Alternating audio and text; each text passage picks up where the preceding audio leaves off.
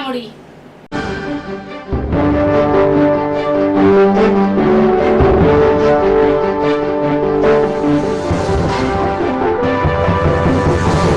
मुंबई महानगर प्रदेशातील वाहतुकीसाठी महत्त्वाच्या मानल्या जाणाऱ्या घोडबंदर मार्गावर उभारण्यात आलेल्या भाईंदरपाडा उड्डाणपुलाचे लोकार्पण आज उपमुख्यमंत्री एकनाथ शिंदे यांच्या हस्ते करण्यात आले। त्यानंतर मुंबई महानगर प्रदेश विकास प्राधिकरणाने उभारलेला हा पूल वाहतुकीसाठी खुला करण्यात आला असून या पुलामुळे घोडबंदर मार्गावरील प्रवास काहीसा वेगवान झालाय। याशिवाय या पुलाखालील 2 भुयारी मार्गिका तयार करण्यात आल्याने परिसरातील रहिवाशांना वाहनाद्वारे रस्ता ओलांडणे शक्य होणार आहे। ठाणे, भिवंडी, मुंबई आणि नवी मुंबई शहरातून बोरिवली, वसई, विरार आणि गुजरातच्या दिशेने हजारो वाहने वाहतूक करतात। तसेच वसई भागातील नोकरदार देखील घोडबंदर रस्ते मार्गे ठाणे, नवी मुंबईच्या दिशेने वाहतूक करतात। उरण JNPT 15तून गुजरातला जाणारी अवजड वाहने देखील घोडबंदर मार्गे जातात। त्यामुळे या मार्गावर मोठ्या प्रमाणात वाहनांची वर्दळ सुरू असते। या मार्गावर घोडबंदर भागातील अनेक अंतर्गत रस्ते जोडण्यात आले असून या ठिकाणी मोठी लोकवस्तीही आहे। या नागरिकांना महामार्गावरून रस्ता ओलांडता यावा आणि अपघाताचे प्रमाण कमी व्हावे यासाठी या मार्गावर यापूर्वीच उड्डाणपूल उभारण्यात आले आहेत।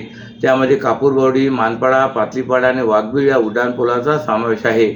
असे असले तरी वाघबीळच्या पुढे असलेल्या आनंदनगर, कासार, वडवली, भाईंदरपाडा, गायमुख या भागातही गेल्या काही वर्षात मोठी गृहसंकुले उभी राहिली असून या भागाचे मोठ्या प्रमाणात नागरिकीकरण झाले।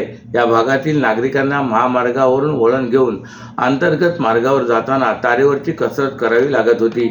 वाहने रस्ता ओलांडत असल्याने महामार्गावर वाहतूक रोखून धरली जात होती। यामुळे कोंडीची समस्या निर्माण होत होती। त्यावर मात करण्यासाठी मुंबई महानगर प्रदेश विकास प्राधिकरणाने भाईंदरपाडा आणि कासार वडवली येथे उड्डाणपूल उभारण्याचा निर्णय घेतला होता।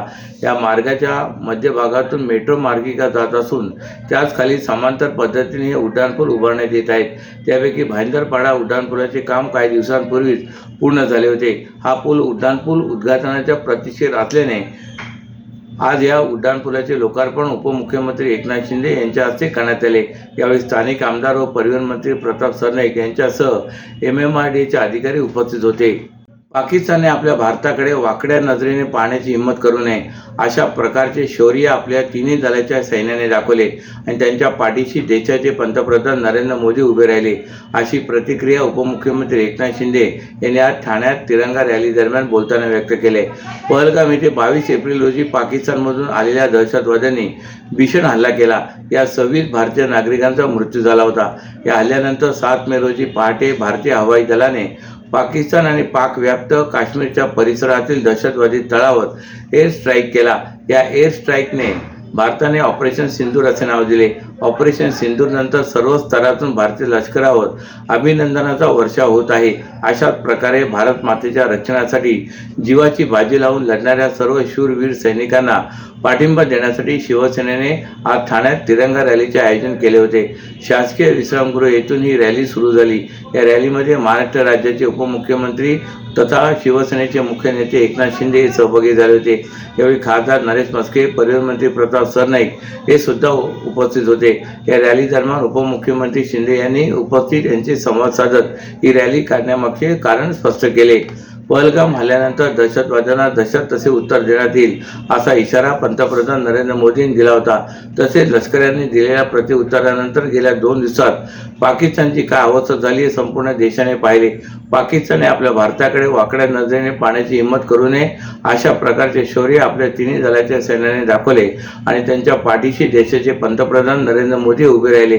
त्यामुळे तिन्ही सैन्य दलाचे अभिनंदन करण्याबरोबर त्यांच्या पाठीशी देश खंबीरपणे उभे असल्याचे दाखवून देण्यासाठी ही रॅली काढण्यात आल्याचे शिंदे म्हणाले। महात्मा फुले मंडईतील मसाला गिरण्यांमधून होणाऱ्या ध्वनी प्रदूषणाच्या तक्रारी वाढल्यानंतर ठाणे महापालिकेने कारवाई करत 7 गिरण्या सील केल्यात। त्यामुळे आता उरलेल्या एका गिरणीत मसाला कुटण्यासाठी नागरिकांची मोठी गर्दी होत असून महिलांना 1.5 ते 2 तास रांगेत उभे राहावे लागत असल्याने त्यांच्यामधून तीव्र नाराजी व्यक्त केली जात आहे। उन्हाळ्याचा कालावधी हा मसाला बनवण्यासाठी उत्तम मानला जातो। त्यामुळे या कालावधीत मसाला गिरण्यांवर मोठ्या प्रमाणात महिला वर्गाची गर्दी होत असते।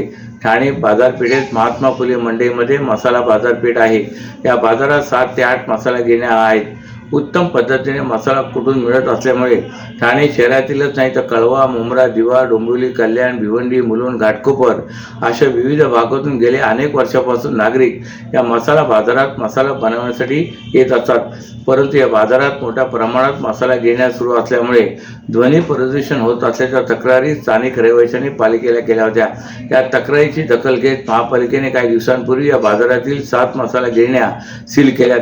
सध्या स्थितीत या बाजारातील केवळ एकच मसाला गिरण सुरू असून या गिरणीवर मसाला कुटण्यासाठी येणाऱ्या ग्राहकांचा ताण वाढलाय. सकाळी 8 वाजल्यापासून महिला दुकानाबाहेर रांगा लावत आहेत. मसाला बनवून घेण्यासाठी 1.5 ते 2 तास उन्हात उभे राहावं लागत असल्यामुळे महिला त्रस्त झाल्यात. ठाणे महापालिकेने लवकरात लवकर बंद केलेल्या मसाला गिरण्या सुरू कराव्यात अशी विनंती महिला वर्गाकडून केली जात आहे. महाराष्ट्रातील भगिनींना आधार देणारी राज्य शासनाची मुख्यमंत्री माझी लाडकी बहीण योजना. या योजनेअंतर्गत अल्प उत्पन्न गटातील 21 ते 65 वयोगटाच्या भगिनींना मिळणार दरमहा 1500 रुपयाची मदत. अर्ज करण्यासाठी 31 ऑगस्ट 2024 पर्यंत मुदतवाढ. कुटुंबाचं वार्षिक उत्पन्न 2.5 लाख रुपयांपेक्षा कमी असलेल्या महिला पात्र. कुटुंबाकडे पिवळं किंवा केशरी रेशन कार्ड असल्यास उत्पन्नाचा दाखला आवश्यक नाही. पांढरं रेशन कार्ड असेल किंवा रेशन कार्ड नसेल तर कुटुंबाचं वार्षिक उत्पन्न 2.5 लाखांपेक्षा कमी असल्याचा दाखला आवश्यक. योजनेसाठीचा ऑनलाईन अर्ज नारी शक्ती दूत ॲपवरून किंवा पोर्टलवर भरता येईल. ज्या भगिनींना ऑनलाईन अर्ज भरता येत नसेल त्यांच्यासाठी अंगणवाडी, ग्रामपंचायत, वॉर्ड ऑफिस, सेतू सुविधा केंद्रामध्ये किंवा आशाताई बचत गटाच्या CRP यांची मदत उपलब्ध. आता आपल्याला अभिमानानं म्हणता येईल, सुखी आणि सुरक्षित आहे माझी लाडकी बहीण. संजय गांधी राष्ट्रीय उद्यानातील येऊर वन परिक्षेत्रात दरवर्षी बुद्ध पौर्णिमेच्या दिवशी प्राणी आणि पक्ष्यांची गणना केली जाते. परंतु मे महिन्यात सुरू असलेला अवकाळी पाऊस, ढगाळ वातावरणामुळे पौर्णिमेच्या रात्री होणाऱ्या प्राणी पक्षी गणनेत केवळ 61 प्राणी पक्षी आढळून आले. गेल्या वर्षी गणना केली त्यावेळी याच जंगलात 5 बिबट्यांसह 152 प्राणी पक्षी आढळून आले होते. संजय गांधी राष्ट्रीय उद्यान हे मुंबईचे फुफ्फुस ओळखले जाते. या जंगलामध्ये विविध पक्ष्यांचा, प्राण्यांचा अधिवास आहे. परंतु अवैध बांधकामे, रात्री होणाऱ्या पार्ट्या यामुळे प्राण्यांच्या अधिवासाला धोका पोहोचत आहे. पर्यावरणदृष्ट्या संवेदनशील क्षेत्र असूनही येथे विवाह सोहळे, मद्य पार्ट्या रंगतात. त्यामुळे येऊरमध्ये पर्यावरणवाद्यांनी अनेक आंदोलने केली. त्यानंतर येथे काहीशा प्रमाणात निर्बंधांचे पालन केले जात होते. परंतु प्रशासनाच्या दुर्लक्षामुळे पुन्हा पार्ट्या सुरू झाल्यात. येऊरच्या जंगलात दरवर्षी बुद्ध पौर्णिमेच्या रात्री प्राणी पक्ष्यांची गणना केली जाते. त्यासाठी जंगलातील पाणवटे रात्री प्राण्यांची ये-जा असलेल्या ठिकाणी मचाण उभारली जाते. वन विभागाचे कर्मचारी या ठिकाणी बसून प्राणी पक्ष्यांची गणना करत असतात. बुद्ध पौर्णिमेच्या सायंकाळी 6 ते मंगळवारी पहाटे 6 या कालावधीत येऊर वन परिक्षेत्रातील येऊर पूर्व, कावेसर, चेना पूर्व आणि पश्चिम, सारजामोरी, ससूनघर, नागला, घोडबंदर आणि काशी येथील नैसर्गिक पाणवठ्याच्या ठिकाणी गणना झाली. या गणनेमध्ये केवळ 61 प्राणी पक्षी आढळून आले आहेत. गेल्या वर्षीच्या तुलनेत हे प्राणी अर्धे आहेत. गेल्या वर्षी बिबटे, रानकोंबडे, लाल तोंडी माकडांसह 152 प्राणी पक्षी आढळून आले होते. यावर्षी सांबर, रानडुक्कर, लंगूर, माकड, सर्पगरुड अशा प्राणी पक्ष्यांच्या प्रजाती आढळल्या आहेत. मार्च 2025 मध्ये घेण्यात आलेल्या SSC परीक्षेत ठाणे महापालिकेच्या एकूण 23 माध्यमिक शाळांचा निकाल 91.98% लागलाय. गतवर्षी हे प्रमाण 83.94% एवढे होते. यावर्षी महापालिकेच्या 4 माध्यमिक शाळांचा निकाल 100% लागलाय. गतवर्षी 3 शाळांचा निकाल 100% लागला होता. महापालिका आयुक्त सौरभ राव यांनी सर्व विद्यार्थ्यांचे अभिनंदन केले असून भविष्यातील वाटचालीसाठी त्यांना शुभेच्छा दिल्यात. यंदा ठाणे महापालिकेच्या माध्यमिक शाळांमधून 1323 विद्यार्थी 10वीच्या परीक्षेत बसले होते. त्यापैकी 1217 विद्यार्थी उत्तीर्ण झालेत.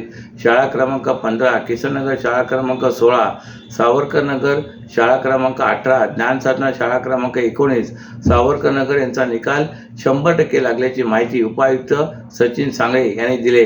त्याचबरोबर महापालिकेच्या 4 शाळांचा निकाल हा 90% जास्त लागला आहे.